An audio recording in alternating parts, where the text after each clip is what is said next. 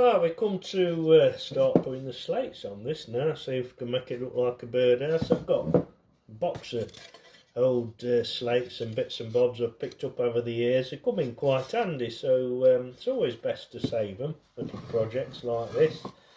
Yeah, so first of all, we've got to do, if we just lay that on there, and then I've got in fact it's a good idea to have a white pencil, but I've mislaid mine. So if you use a white pencil on slate, the line shows up nice and clearly. Yeah, so all we do is just marking that. You can see that there, but we've got a line there and a line there. We mark it on the back side. When I say the back side, if you look at the slate, it's got that edge to it when it's been dressed. And when we cut it, I'll show you how we're going to cut it. But when we cut it, we cut from the back, and then it automatically dresses that edge. So I don't know if you've seen these before. They're slate cutters. That's what they're called. They're just like scissors, really. You know, you just go along. I'll show you that. Look, along that line there. Look, it's dead easy, just like using scissors. And then do it a bit at a time.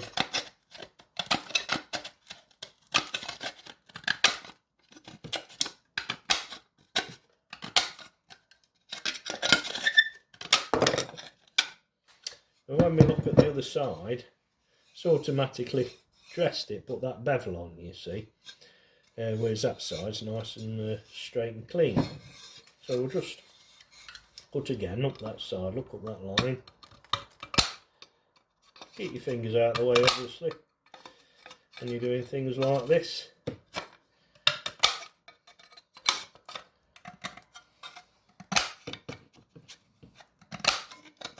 Trying to keep this on the camera so you can see how we're doing it.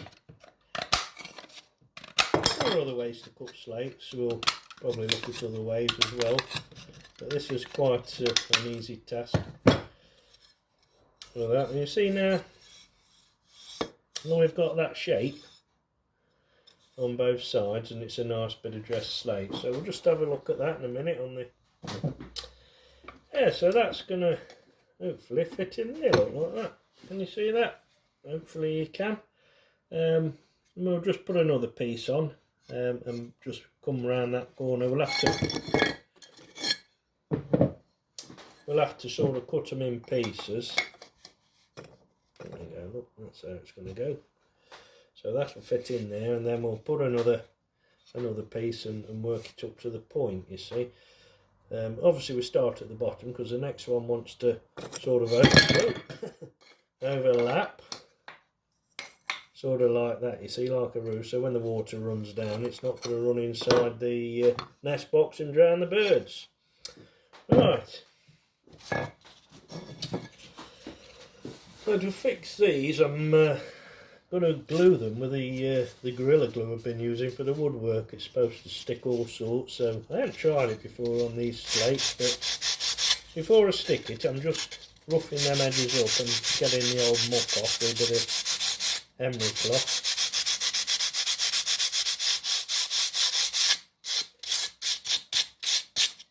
And then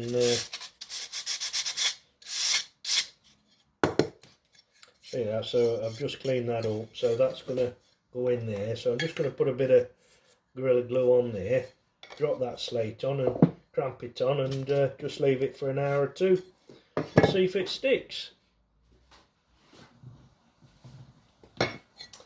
So I put some glue on that rebate, and I'm also just priming the back of this slate just to make sure it's got a good coating. Normally you just put the glue on one side if it's woodwork, but just to give it a bit extra. You see that I'm just running that on there, and then that's just going to drop in there, and I'm just going to stick a cramp on, and then we'll come back and have a look tomorrow. Right, I've stuck that first piece on there. I don't know whether you can see that, it's stuck quite nicely actually, or I did left it cramped up for a couple of hours or whatever. So now, what we got to do, yesterday we looked at laying the actual framework onto the slate and marking it with a crayon. Another way that we can do it, now things are getting a bit tighter, we just get a piece of paper, any paper will do, and just push it in there, look with your fingers, like that. I'll just crease it, and then all we've got to do is get a pencil and just mark it, press it into the other side while holding that side still, and put another line, and we've got two lines there, look, that we can cut down. You can see that, and that should give us the template that we need. Just cut that along with a pair of scissors, just make it a little bit longer,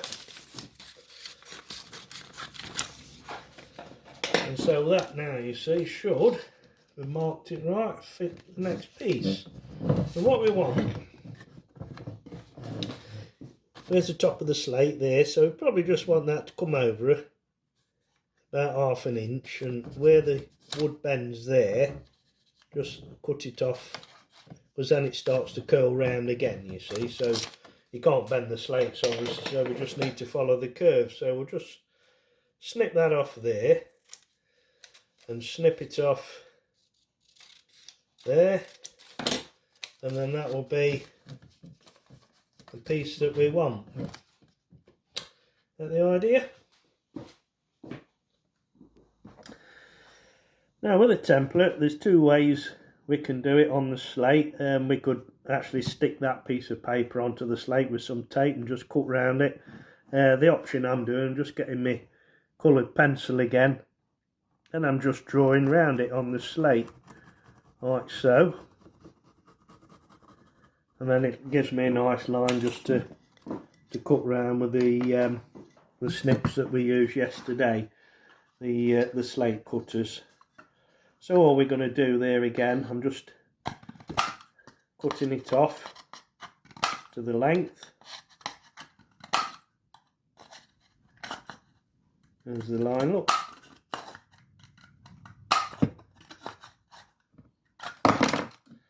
And then remember again, we're doing it from the back side so that we get the nice dressing on the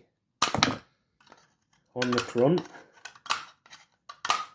Well, it's not completely straight, it's a good idea just to snip that in little bits, and then you can take them bits out.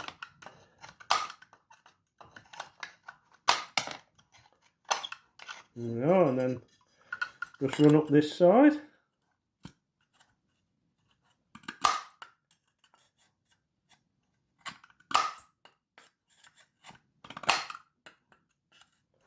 Quite therapeutic.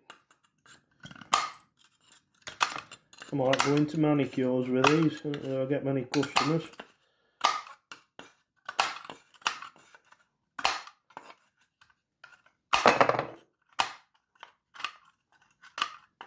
And there we are. Should hopefully now. Here we are then, I've just put the last piece in there and glued that one in, so that's that side completely done now.